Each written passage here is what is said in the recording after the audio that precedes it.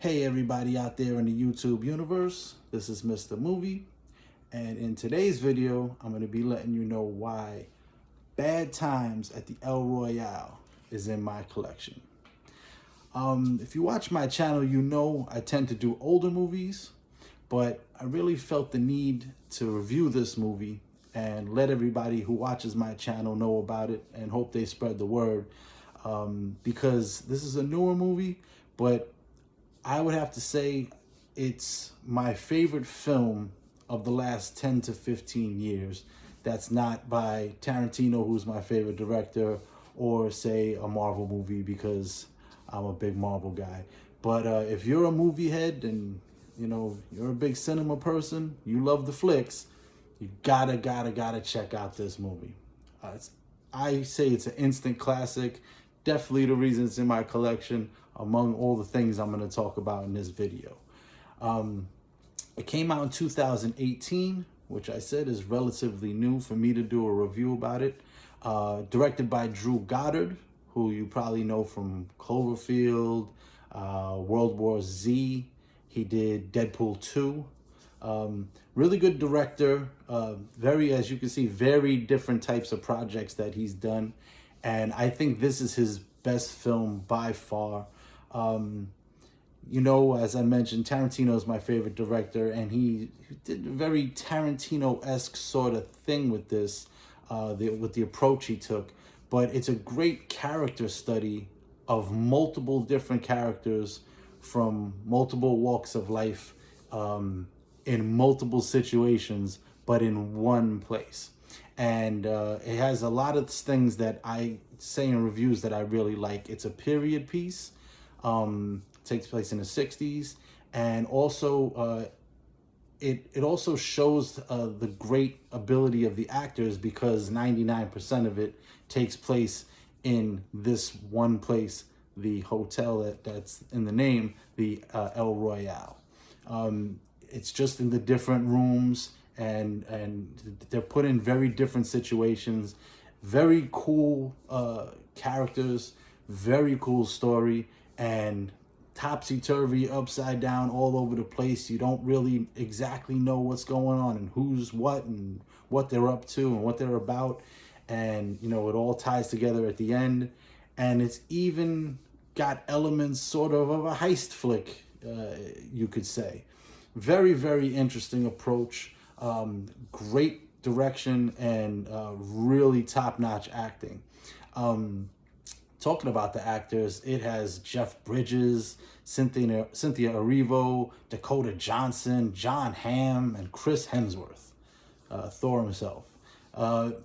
They all do tremendous jobs in this movie. I mean, they play very different characters. They work off each other very well, and they each have their own story in the movie. And it's all loosely connected by the hotel. They're all there for different reasons, and it all ends up folding into one, which is really unique and really cool. And like I said, great story, amazing movie. It opens in 1959, and you see a man come into the hotel, and he just moves all the furniture, tears up the rug, takes up some of the floorboards, and buries a bag, puts it all back, closes the door. That's the end you see of that. Fast forward 10 years later, 1969, and you're at the hotel, the El Royale, which is on the California and Nevada border, exactly, like right down the middle. It goes, the line between the states goes directly through the hotel. So half of the hotel is on the California side, half of the hotel is on the Nevada side, and you could choose to stay in one or the other. The funny thing is they have the laws of one or the other. So the laws of California are on one side of the hotel that you have to abide by, and laws in Nevada are on the other side of the hotel. So it's very strange, but that's where it is. And they talk about it's kind of run down now in 69, but they said, 10 years ago, it was the place to be, a booming spot. People came from all over to stay there on their way to California or on their way to Vegas. So it was a really jumping place, but now not so much. You're introduced to most of the main characters right in the beginning. the John Hamm character, he's a salesman, like a vacuum cleaner salesman, and he's very brash and bold and talks a lot of junk, and he has his eyes set on the first room. He's booked it, it's his, that's it, and he lets everybody know about it. Then you're introduced to the Jeff Bridges character, who's a Catholic priest, and the Cynthia Erivo character, who's a singer who, she was in like a not kind of like a Motown sound kind of group, with there's like three girls singing, and she's kind of down on her luck, and she's going out to Vegas, to try to start new. You don't know too much about the priest except that he's a priest. They come in together, very friendly, but the John Hamm character is very brash and kind of talking all kinds of junk. And they're asking him why he's standing there, and they can't find the bellhop. They're ringing the bell. They can't find him. They don't know where he is, so they can't get their rooms together. But they sign in, and they're waiting there, and the singer is carrying this big thing. You don't know what it is. You end up finding out that it's padding that she wants to put on her walls so she could practice singing and not bother everybody else.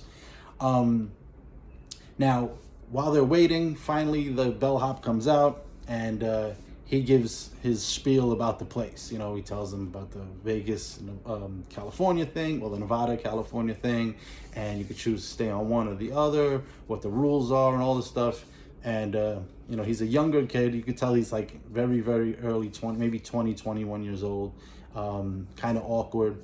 And they just want to, they want to go to their room. So John Hamm, I definitely want my room, And then you hear a car screeching up, and the Dakota Johnson character is introduced. She's a hippie chick, and she's got an attitude. She signs the book, instead of her name, she signs it "fuck you." So part of my French, but that's what she signs it. And she has an attitude with everybody. She doesn't care what room she takes. Just give me the keys, and she goes. So then you see John Hamm in his room. He's in the big suite, and you see he starts taking apart the phone, taking apart the light fixtures, taking apart all this different stuff, and he's finding wiretaps in all of them. And he makes a phone call, and you find out he's in the CIA. So he's there. You're not exactly sure what his mission is, but he's there as a CIA agent. The priest goes to his room, and he immediately starts to try to take apart his room. So you think, okay, well, he's looking for that bag. You think, okay, that must have been him back then. But you're not told what the story is with him. And the girl sets up her thing. She starts singing, and the hippie chick goes to her room, and you don't really see her. Later on, the priest and the singer, they go into the bar. They want to have a drink, and what ends up happening is you see him tell her, hey, go play a song. So she goes to the jukebox, play a song, and he goes to drug her drink. She sees it, bashes him in the head with a bottle, and takes off. So you're like, what the hell's going on? Then the bellhop comes, and what happened? Father, are you okay? He's telling the priest, and yeah, I'm fine. Just give me a drink. And the kid wants the priest to hear his confession. He's like, not now. I'm not in the mood. My head is killing me. Another time. And he's just like, please, I really have to get this off my chest. He's like, what could you have done that's so bad? He's like, it's really, really bad, Father. It's really, really bad. But he's like, no. He doesn't want to hear it.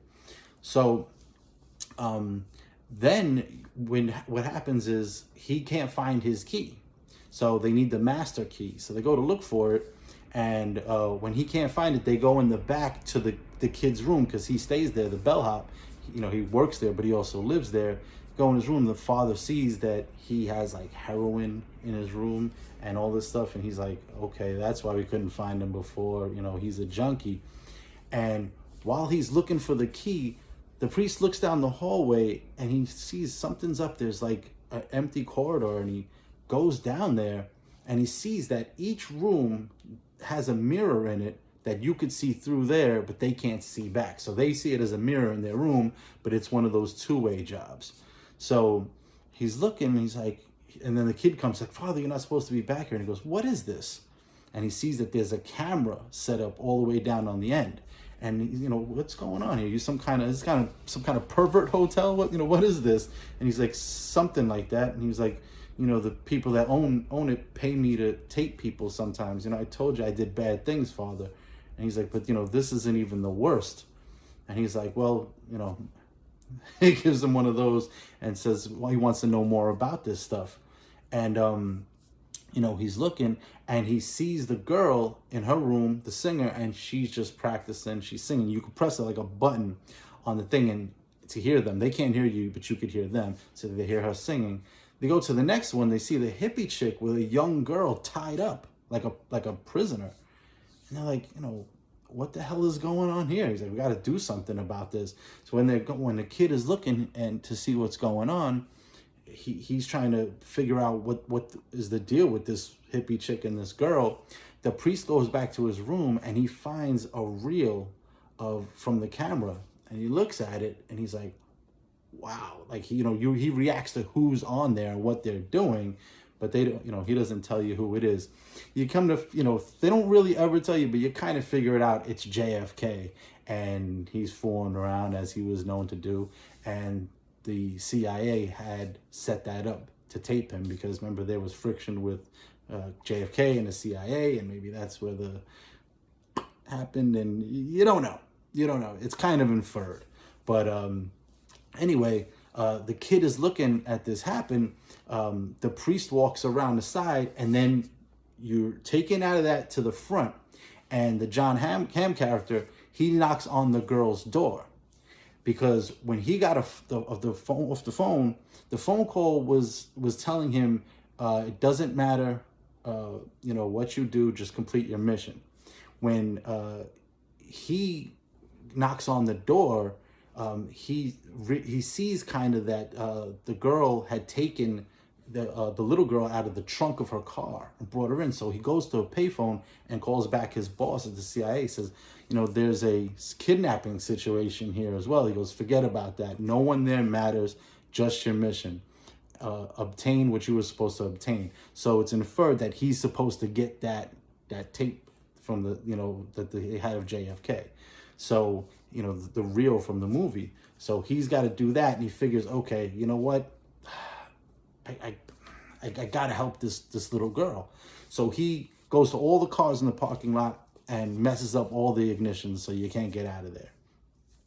And, he basically pulls the wires. It's the older type cars. You can pull the wires out, and he collects them. He goes knocking on the girl's door. It's pouring rain. And she's like, we don't need any help. He's like, no, it's me, I just wanted to be neighborly, whatever. No, get out of here, whatever. We don't need your help. And then what ends up happening is he busts in, and she's there. She has a shotgun, and she blows the guy away. John Hamm's character kills the CIA guy. He's dead. And then she hears a noise, and she looks at the mirror, and she shoots the mirror. And then she hears some whining and whimpering, and she looks in, and the kid is laying there. He's not shot up, but the glass and everything, and some pellets hit him in the face and right here. So he's damaged, and he's laying there. And so then she unties the girl, who you find out is her little sister. And she's like, everything's going to be fine. Don't worry about it. He's not going to get you. I'm going to take you away from him. You don't know who this is yet. She says, stay right here. So she jumps over and, to see what's up with this kid. And she looks down the hallway and she's like, what the hell is this? She sees the camera. She sees the two-way mirrors, all of that stuff. So then the girl, the singer hears all of this, and she runs out. She's trying to get away. So she goes to her car, but her car won't start. The priest comes in, sits in her car, and she had taken the gun off the CIA guy because all this, he's dead, and the girl jumped over the thing, and everybody's gone. So she takes that gun and she's like, I'm out of here. I don't know what's going on, but I'm out of here. So she goes to the car with the gun. The priest gets in and she points the gun at him, and he says, listen, I'm sorry. Let me explain myself. And she says, you better hurry up and explain, because all this craziness is going on. She doesn't know if he's involved. So he says, listen, I wasn't trying to poison you. I was just trying to knock you out so I could get in your room. So, she's like, what do you need to get in my room for? Then there's a flashback. The guy that was cutting up the rug in the beginning was the priest's brother. They had robbed an armored car in '59. And when they did the job, they had a stupid guy on the job who messed it up and crashed into the car. So their car is messed up and they got to get away, but they get the money. And he's like, listen, take the money to the place that we said, which was the El Royale, bury it, and I'll meet you back. He ends up getting arrested. He ends up getting arrested, going to jail. He's sentenced to 10 years. In there, he starts finding out that he's getting in fights and all this kind of stuff, but he's finding out that he has Alzheimer's and dementia that's coming on and runs in his family. So then when he's talking to the kid earlier and when he's talking to the singer, you see that he has lapses in his memory. You figure, okay, he's just old, but he's not a priest. He's a criminal, and his story's believable because he kind of forgets things, and he's kind of like just an old man, and they don't think anything of it. So he tells the girl, listen, my brother buried the money, and I wasn't sure if it was room 4 or room 5. I chose wrong. It's in your room, and I need to get in there. If you help me get in there, I'll split it with you. So she's like, am I supposed to believe all this? He goes, well, what are you going to do? You can shoot me now and be here stuck, not being able to get out of here with no money and a killer running around, or you can trust me, and if I'm right, leave here with a bag of money and be set. So she kind of feels like she has no choice. So they go back into her room. The plan is she's going to be singing. Now, the priest knows about the two-way mirror thing, so he has her face it and starts singing. Now, he's got to take up the floor, but he can't make the noise. So she starts singing a song, and while she's singing it, boom, boom, clap, he'll hit the floor. Clap, hit the floor as with the beat of the song, because they don't know if somebody's watching, and who's watching is the girl with the shotgun. She's watching. She's like, I don't know what's the deal with this girl who's singing, but let me watch. So she watches for a while. She's like, okay, she's just a girl. She said she was a singer. She is a great singer. She's practicing. There's nothing, no big deal with her. Now, when she goes back to find her sister gives her a look, and you could tell she had just hung up the phone, and she goes, no, you didn't call him, did you? Now her little sister called Chris Hemsworth's character, who's really cool in this movie. He's like a big, strong, good-looking version of Charles Manson. So they flash back to when he first meets the little girl, and he runs a cult out there in the middle of the California desert. And he's got all these followers, and they listen to everything he says. And the little girl falls in love with him, and he takes the sister in too because she wants to stay with her little sister. Their parents were abusive, so they figure, let's stay with someone who seems to care about us, and it seems like it's safe. But he's very charming, but you could tell he's off. He's very manipulative. He makes them fight. He makes them do all these things to try to teach them lessons. And that, how a cult leader is, like, kind of like he's sent by God, and he's pure, and he knows all the things that you don't know, the secrets of the universe, all this kind of stuff. So when she finds out that she called him, she's like, oh my God, no. She went through all this trouble to try to save her, but the little girl is so in love with the cult leader that she calls him. So the old man and the girl and the singer, they got the money. They're getting ready to leave. As soon as they walk out of the door, here comes, his name is Billy Lee, Chris Hemsworth character, the cult leader, and all his cult people. Not all of them, but a bunch of them. And they're like, hey, where you going? What's in the bag?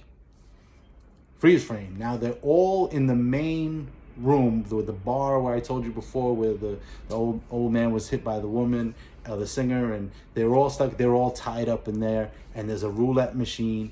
And he's like, he finds out, the cult leader finds a bag of money, and he's like, what's going on here? We got a priest, we got a singer, we got my 2 girls, this bag of money. What is it in this hotel? What's the situation here? And now he has the gun, and some of his people have guns, and he tells the hippie chick, you should have never took her away from me, and you should have never left either. You're mine. And he's like, I tell you what we're gonna do. We're gonna play a little game. And he spins the roulette wheel, and he's like, I'm gonna either kill whatever. If it lands on black, I'm gonna kill the girl. If it lands on red, I'm gonna kill the priest. And they roll around, and the girl says, no. She's like, fine. She's like, fine.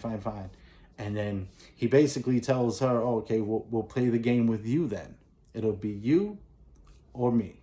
It rolls the thing, and it ends up being her. And he looks at the sister, goes, what do you think I should do? And the little sister is like, it's up to you. And he shoots the hippie chick, kills her. Then he says, now, who are you two? So I'm a singer, I'm a priest. He goes, you're not a priest. And then the bellhop kid is like, no, he's a priest. He's like, kid, he ain't a priest. And, the guy's like, no, don't worry. He was like, I am a priest. Don't listen to this guy. And he's going to spin the thing again. And then when they're about to play the game again, he tells the girl to put on some music. He starts dancing around, and it's a very, very tense scene, because you don't know what this guy's going to do. You know, if he's going to kill everybody, he's going to kill nobody, what's going to happen with the money, all this stuff. And then what ends up happening right then and there is he's kind of not paying attention. He's in his own world, like, because he thinks he's the man. He's kind of like dancing around. And then the kid gets free, because he goes to shoot him. He falls down, but he's not dead. He's not really that hurt. He kind of gets out of it a little bit. And then they untie them, and they're going to kill them. But the kid gets up, and then a brawl starts. And, the old man and the girl are trying to fight the cult leader. And, the kid, you see, the thing that he wanted to confess to the priest is that he was in Vietnam, and he was a sharpshooter, and he killed a lot of people. And, he was in war, so he had to, but, he felt bad about it. And that was a really bad thing that he wanted to confess to the priest.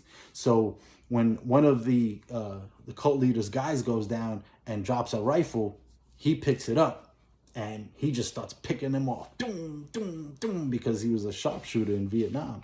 So he's lighting them up, and they're fighting with the cult leader, and they end up getting him down, and they end up killing him. And the little girl goes crazy, and she's crying, and she goes to attack him, and boom, they kill her too. So now all the cult people are dead. While they were fighting, they knocked over, some lamps and stuff. So the place is on fire, and there's blood, and, money is all over the place, and it's just a mess. So the girl, the singer, and the priest are collecting up the money. And they also have the reel of the JFK thing. So he puts that in the bag, and they're getting ready to get out of there, and they see that the kid is there laying bleeding. And he goes up to him, and basically the priest, even though he's not a priest, he hears the kid's confession, and he blesses him so he could die peacefully, thinking that his sins have been absolved. And they just take off, the singer and the priest. And then cut to the end, you see the singer in Vegas, and she's singing in her own show, and she looks off to the side, and she kind of gives a wink and a wave, and you see the priest there in a white suit, not dressed like a priest anymore, done up nice, and he's sitting there, and he raises his glass to her, and they get away with it, and they get away with the money, but everybody else dies. So it's a really cool movie. There's a lot more to it than I could explain in this video. I don't want this video to be an hour long, but it's so intriguing. There's so many different twists and plot devices, and it's a really cool, like I said, character study of each one of those individual characters. It goes into their backstory and who they are and how they all arrived at the same place. And then it's what happens once they get there. They all get tangled up in this same crazy story. And really memorable scenes, great dialogue. And it's not an action movie, but when there is action stuff going on, it's, first of all, it's out of the blue and you're like, whoa. And you're not ready for it, and it's just twisty and turny, and it just has your brain all over the place, and it's really an engaging, gripping movie. Great direction, great acting. I really suggest this movie. I love it. Like I said, I think this is an instant classic, 2018, and all those reasons are why Bad Times at the El Royale is in my collection. And when it comes to the rewatchability scale, I put it pretty high. I'll put it at a 90. I could watch this movie all the time because it never gets old. And it's one of those movies that every time you see it, you catch something new that you didn't see before. And I love those kind of movies. And if you told me Tarantino directed this, I would not have been surprised. But Goddard did a really good job. He picked a really good cast. And, not the most big name. Jeff Bridges is a big name, and Chris Hemsworth because of the Marvel franchise. But the other ones are not, the biggest actors, but you know them. You've seen them in other stuff, and they're really good in it, and they're great in this. So, again, I really highly suggest it. Check it out, and I hope you like the movie as much as you like this video. Maybe. Good times at the Mr. Movie. That being said, thank you so much for watching. If you want to see more of my content, you dig this video or other ones, please subscribe. I appreciate it. Hit the notification bell so when I drop a new video, you get it. I do reviews of mostly older movies, and some top fives, different types. And, if you like it, hit the like and share it with your other movie maniac friends. This is Mr. Movie signing off, and I will see you again next time at the Flicks.